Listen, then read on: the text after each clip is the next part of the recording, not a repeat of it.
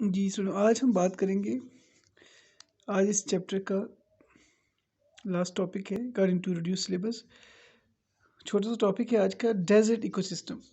सबसे पहले हम बात करेंगे, जनरली हम इस पे बात कर लेते हैं। डेजर्ट इकोसिस्टम, डेजर्ट जो है ऐसा एरिया है जहाँ पे सीवियर ड्राइनेस होती है। बारिशों का जो लेवल है बहुत कम होता है, बहुत कम बारिशें होती हैं। तो ऐसे एरियाज़ में डाइवर्सिटी बहुत कम होती है। तो this is related to desert ecosystem. तो इसमें हम कुछ पॉइंट्स देख लेते हैं क्योंकि इनको पॉइंट्स को समझना बहुत ज़रूरी है। डेजर्ट इकोसिस्टम में आप में से थोड़ा सा रिकॉल भी करें कि डेजर्ट इकोसिस्टम हमारे मुल्क में कहाँ कहाँ डेजर्ट है, और थोड़ा सा थिंक करें, सोचें कि दुनिया का सबसे बड़ा डेजर्ट कौन सा है। ठीक है, यस यू कैन थिंक। तो आई होप कि आपने सोच लिया होगा। पाकिस्तान के वाले से बात करें तो थर जो है सिंध में ना सबसे बड़ा ये पाकिस्तान का है। और दुनिया में सबसे बड़ा जो डेजर्ट है वो सहारा डेजर्ट है। ठीक है, नॉर्थ अफ्रीका में। और जो सेकंड नंबर पे डेजर्ट है दुनिया में वो है चाइना मंगोलिया के साथ ना, इसे बोलते हैं गोबी डेजर्ट। चलिए तो कि ये तो जनरल नॉलेज था। अब हम देख लेते हैं वही पैटर्न जो हमने देखना था सारा। In Pakistan you can find the desert ecosystem in western Punjab. ठीक है, ये कुछ नेम्स हैं, मियाँ वाली, बखर, विच इज नोन एज थल। एक तो थल है, थल जो है ये भी एक डेजर्ट है। अच्छा, in southern Punjab areas like fort Abbas, ये लिखिएगा फोर्ट अब्बास। ये नेम चूँकि रीड करने पड़ते हैं इसलिए इसको ज़रूरी है। फोर्ट अब्बास बहावल नगर में है। यास्मिन बहावलपुर, चुलिस्तान, खानपुर एंड रहीम यार खान। अभी खानपुर यहाँ का नहीं है, टेक्सला वाला नहीं है। Khanpur and Rahim Yar Khan also have desert. In Sindh this desert ecosystem is called Thar. जैसे मैंने बताया कि थर जो है ये एमसीक्यूज गलती का राज है। थर जो है सबसे बड़ा जो है वो पाकिस्तान का डेजर्ट है। इसके अलावा मैंने जैसे मेंशन किया कि सहारा चिली डेजर्ट लार्जेस्ट डेजर्ट है। ठीक है, और रेन के वजह से बात करें, ठीक है, तो ये आप देख सकती हैं, कुछ पॉइंट्स देख लीजिएगा। रेनफॉल की बात करें तो ये एमसीक्यूज के वाले से आ जाता है। Less than 25 to 50 centimetre, 10 to 20 inches और नॉट एट ऑल। यानी ये रेंज जो है या 250 to 500 मिलीमीटर आप कह लें, ये जो रेंज है ये रेन की है, रेनफॉल। तो ये आपको एमसीक्यूज के हवाले से आइडिया होना चाहिए। प्लांट लाइफ की बात करें तो डेफिनेटली कि बहुत ज़्यादा डाइवर्सिटी तो यहाँ पे नहीं है, थोड़े से प्लांट्स होंगे। तो यहाँ प्लांट्स को देख लेते हैं। The plants are often space evenly as if planted by hand. Frequently the perennial plants are bushes or cacti with large shallow root system। इस पे हम बात कर लेते हैं। देखिएगा इसमें ऑफन स्पेस इवनली ना, अगर एक तो डेजर्ट में मैंने बताया कि डेजर्ट में भी प्लांटेशन की जाती है। अगर तो मैन मेड प्लांटेड की जाए तो फिर तो स्पेसिफिक स्पेस पे आपको ये प्लांटेशन मिलेगी। अदरवाइज़ पेरिनियल प्लांट्स की बात करें, पेरिनियल प्लांट्स वो होते हैं जो 2 साल से ज़्यादा टाइम लेते हैं, 2 साल से ज़्यादा अर्सा लेते हैं अपना लाइफ साइकिल कंप्लीट करने में।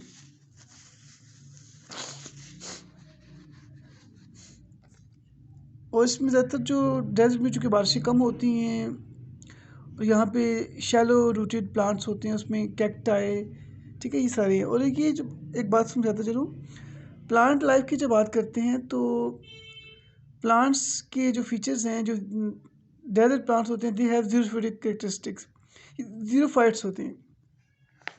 इसके अलावा देखें तो plants are covered with the waterproof waxy coating to prevent evaporation. ज़ाहिर है बारिशें वैसे कम होती हैं, हीट होती है, तो डेंजर जोन है ये हिसाब से, पानी ज़्यादा एवोपोरेट कर सकता है, इसलिए इनके अंदर वैक्सी कोटिंग लेयर होती है ताकि जो थोड़ा बहुत पानी है वो जो है सेव रहे। और ऐसे प्लांट्स के जो लीव्स होते हैं वो बहुत काफ़ी लेदी थिक होती हैं, उनको सक्यूलेंट लीफ कहा जाता है ना, ताकि वो वाटर को काफ़ी टाइम के लिए स्टोर कर सकें। और water is stored in thick stem of cacti, जैसे देखा होगा अपने कांटों वाले कैक्टस होते हैं, काफ़ी थिक होते हैं, spongy type. And other succulent, succulents कहते हैं, जैसे मैंने बात की, सक्यूलेंट्स से मुराद ये है कि जो फ्लैशी और थिक लीव्स होते हैं जो कि वाटर को स्टोर करते हैं। Desert plants conserve water in the variety of ways. Cacti and euphorbia have fleshy stems in which water is stored for use during the period of drought. इन जब drought condition आ जाए, बहुत severe dryness, तब जो है ये पानी को store भी कर लेते हैं। अच्छा, एनिमल लाइफ में भी इतनी ज़्यादा वैरायटी नहीं होगी, हम देख लेते हैं। एनिमल लाइफ में देखिएगा, specially adapted to survive on little water, ज़रा पानी तो बहुत कम होता है। Most desert appears to be almost completely divide of animal life. यानी कहा जाता है कि ऐसे डेजर्ट में लाइफ ना होने के बराबर है एनिमल्स की, बहुत थोड़ी है। Because the animals seeks relief from the sun and heat in cool underground burrows. After dark, when desert cool down, horned lizards, snakes, and others, lizards, snakes, and other reptiles allowed to feed, as do mammals such as kangaroo rat, and birds such as burrowing owl. तो ये सारे animals हैं जो कि छोटी list बताई गई है। तो ये जो है डेजर्ट एनिमल्स हैं। और यहाँ पे इसका पैराग्राफ देख लेते हैं। Most of the smaller animals survive without ever drinking at all, getting all the water they need from the food and what produced during cellular respiration in their tissues. तो थोड़ा बहुत पानी इनको चाहिए होगा, ठीक है, फॉर द अदर एक्टिविटीज़। ये बहुत सिंपल सा एक पॉइंट है। अच्छा, अभी ह्यूमन की, अब इस पर जनरली बात कर लेते हैं। ये टॉपिक आपका एक्सक्लूड है, इस पर मैं जनरली बात करता हूँ। ह्यूमन इम्पैक्ट, आप ज़रा सोचें कि कैसे ह्यूमन जो है वो डेजर्ट भी इफेक्ट करता है। देखिए, एक तो डेजर्ट में वाकई लाइफ बहुत कम होती है, डाइवर्सिटी कम होती है, ठीक है। और अगर डेजर्ट्स में अगर लाइफ का आगाज़ कर दिया जाए, मतलब डेजर्ट्स में वेजिटेशन वैसे कम होती है, एनिमल लाइफ वैसे कम होती है, तो कैसे हम अफेक्ट कर सकते हैं। डेजर्ट में अगर वहाँ पर पॉपुलेशन प्लान किया जाए कि कोई इससे किसी कॉलोनी का सोचा जाए इस किस्म की पॉपुलेशन का, तो डेफिनेटली वहाँ वैसे डस्ट है, वहाँ वैसे वेजिटेशन है, वहाँ पे जो है वो बड़े एडवर्स कंडीशन हो सकती हैं। और यहाँ बुक में मेंशन भी हैं, डस्ट बाउल का जिक्र भी होगा। तो जैसे अमेरिका से नॉर्थ अफ्रीका की तरफ लोग माइग्रेट किए, तो वो वैसे एरिया रहते थे, तो वो टोटली डस्ट बाउल में चेंज हो गया, डस्ट ज़रा वेजिटेशन वैसे ना होने के बराबर थी। जब इंसान वहाँ पे अपनी एक्टिविटी करेगा तो ये सारी वेजिटेशन वैसे भी ख़त्म हो जाएगी। तो इसको थोड़ा देख लेते हैं। Human impact while human activities are reducing the extent of many biomes.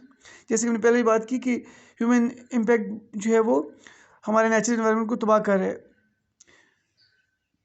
They are causing the spread of deserts, definitely जो थोड़ी बहुत वेजिटेशन है, अगर इंसान वहाँ पे अपनी मैन एक्टिविटी करेगा, रहेगा, और जो भी कोई भी इंडस्ट्रियलाइजेशन या कोई ऐसा प्रोजेक्ट लगाएगा, तो डेफिनेटली वो जो डेजर्ट, वो जो थोड़ा बहुत वेजिटेशन है वो ख़त्म हो जाएगी। टोटली वो जो एरिया है that will change to desert. इससे बोलते हैं desertification, a process called desertification. Dramatic example is occurring in the Sahel, which borders of southern edge of the Sahara Desert in Africa, जैसे कि मैंने मेंशन किया। 25 years of below average rainfall coupled with rapid growth of the human population have caused a steady southward spread of desert, यानी वो सारा desert में फैल गया, उसके तो डेजर्ट का सारा एरिया फैल गया। Rapid growth of the human population, ठीक है, ये बात होगी। The Sahel is the example of a human population, यानी कि सहल जो है ये यहाँ पर डेजर्ट जो है वो जो एरिया था वो टोटल डेजर्ट में चेंज हो गया, और ये ह्यूमन पॉपुलेशन की वजह से exceeding the carrying capacity of the land. जाहिर है वहाँ पे ऐसे एरियाज़ में ना तो वेजिटेशन होगी, ना कोई सोर्सेज होंगे, तो डेफिनेटली ऐसी एरिया के करीब जो लोग आबाद जाके होंगे तो वो आहिस्ता आहिस्ता एरिया कवर करेंगे, तो वो जो डेजर्ट का एरिया भी बीच में कवर हो जाएगा और वो वेजिटेशन ख़त्म हो जाएगी और एक डस्ट बाउल बन जाएगा। The loss of the productivity of the ecosystem is nearly irreversible and massive famines such as occurred in Ethiopia। Definitely ऐसे एरिया में लोग आबाद हो गए तो फैमिन ही आएगा, वेजिटेशन है नहीं तो तबाही हो जाएगी और ह्यूमन पॉपुलेशन बहुत बुरी तरीके से इफेक्ट होगी। चलिए बेटा, छोटा सा टॉपिक था, ये चैप्टर हमारा एंड हुआ। ठीक है, 26। ओके, टेक केयर, अपना ख्याल रखिएगा, इसको जरूर देख लीजिएगा। खुदा हाफिज़।